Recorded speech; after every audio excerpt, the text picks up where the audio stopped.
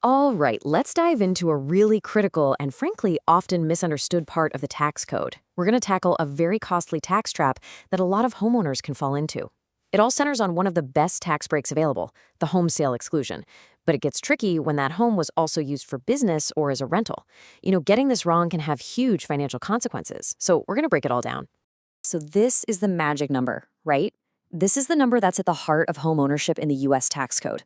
We're talking about a potential $500,000 tax-free gain for married couples, or $250,000 for singles when you sell your main home.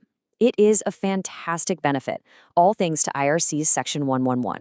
But, and there's always a but in the tax code, isn't there? That's where things get really complicated. The very moment your principal residence has any kind of history as a rental property, or maybe it housed a home office, that incredibly generous rule suddenly has a hidden and potentially very expensive trap built right into it. So here's our game plan for this deep dive. To really get it, we're going to start with the core conflict between the exclusion itself and these recapture rules. Then we'll get into the specific mechanics of the tax, the allocation rules for more complex situations, and finally, we'll wrap up with some advanced strategies and the key takeaways you need to know. Okay, so let's really frame the fundamental tension here. The law gives this massive benefit with one hand, but at the same time, it creates a very specific carve-out with the other. And here's that give and take in action. On one side, you've got the big promise of the exclusion from Subsection A. But on the other side, you've got the Gatekeeper Subsection D6. It explicitly says the exclusion does not apply to any gain that comes from depreciation you claimed after May 6, 1997. This one single provision, this is the engine of the entire trap. Okay, to understand how this trap works, we need to be really precise about the specific type of gain we're dealing with. The word recapture can actually be a little bit misleading here. So since the 80s, pretty much all residential real estate has been depreciated using the straight-line method. That means we're not talking about ordinary income recapture for excess depreciation, which is what some people think of. Instead, under IRC Section 1H, the law creates this very special category, Unrecaptured Section 1250 gain. Now, it's still technically a long-term capital gain, but it's one that gets its own unique tax treatment. So what happens is you get this three-tier tax structure for your total gain.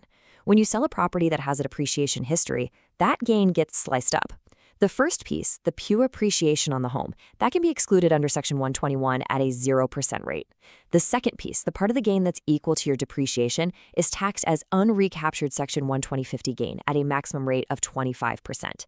And then finally, any gain that's left over above your exclusion limit gets taxed at the standard long-term capital gains rates. Now, here it is. This is the phrase that creates a trap within the trap. Allowed or allowable. This is absolutely crucial. It means the IRS doesn't actually care if you claimed the depreciation deduction on your past tax returns. If you were entitled to claim it, the law treats you as if you did. And this leads to an absolutely worst of both worlds scenario. Think about it. During the rental period, you missed out on those annual tax deductions that would have lowered your ordinary income. Then, when you go to sell, your property's basis is still reduced by that allowable depreciation, which creates a larger taxable gain. So you end up paying the recapture tax on a benefit you literally never received. It's a phantom gain. Okay, so just when you thought that was clear, we're going to add another layer of complexity. What happens when only part of the property, or maybe only part of the time you owned it, actually qualifies for the exclusion? Well, this is where the allocation rules come into play. The Treasury Regulations, and specifically we're looking at Section 1121-1E, make a really critical distinction here, and it's all based on physical location. If your business use, say a home office, is inside the same dwelling unit, you don't have to allocate the basis and gain. The whole property is treated as the residence, though you still have to recapture the depreciation. But if that business use is in a separate structure, like a detached studio or a barn, you absolutely must perform a formal allocation, and that Section 121 exclusion can only be applied to the gain from the residential part. Then you've got the time element. Back in 2008 with the Housing and Economic Recovery Act, Congress added this rule to stop investors from converting a long-term rental into a residence for just 2 years to exclude decades of investment gain. It defines any period after January 1st, 2009, where the property was not your principal residence as a period of non-qualified use. And the math on this is not subjective. It's a strict formula. First, you peel off that unrecaptured depreciation gain. That's always going to be taxed. For whatever gain is left, you create a fraction. The numerator is the number of non-qualified use days after 2008, and the denominator is the total number of days you own the property. That resulting percentage of your remaining gain is then completely disqualified from the Section 121 exclusion.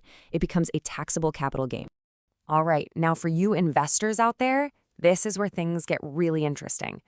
We can bring another powerful tool from the tax code into the mix to manage this trap, and that's Section 1031, the like-kind exchange. Revenue Procedure 2005-14 gives us the definitive playbook for this. The ordering is non-negotiable. You can't mix it up. You first apply the Section 121 exclusion to wipe out as much of the eligible gain as you possibly can. Then, for the gain that's left over, which, remember, includes that taxable depreciation recapture, you can use the Section 1031 exchange to defer that liability by rolling it into a new investment property. And this right here, this is the key strategic insight. You cannot use Section 121 to make the recapture tax disappear. Subsection D6 flat out forbids it. But you absolutely can use Section 1031 to kick that can down the road. You defer the tax rather than paying it today. Of course, Congress saw a potential loophole here to stop somebody from swapping, say, a commercial property into a nice house, living in it for just 2 years, and then cashing out completely tax-free. They added Subsection D10. And this rule says you have to have a 5-year holding period for any property acquired through a 1031 exchange before you can even think about applying the Section 121 exclusion to its sale. So, how does all of this look in practice? Let's talk about the actual tax reporting and really just distill the most important strategic takeaways from all of this. You know, the mechanics of reporting this require very careful attention to detail. The gain on the business or rental portion of the property, that's going to start on Form 4797, Sales of Business Property. It's on that form that the Unrecaptured Section 1250 gain is isolated. From there, it flows to a special worksheet in the Schedule D instructions, and then it finally lands on Schedule D itself, where that 25% max tax rate gets applied.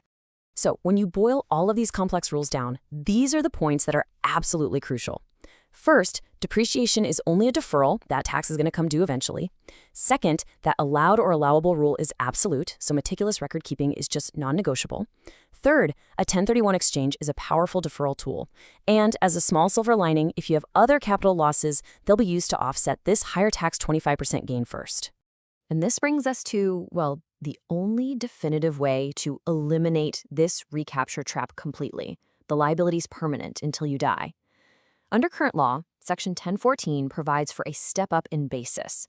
So when an heir inherits the property, its basis is reset to the fair market value at the date of death. And that one action completely wipes the slate clean.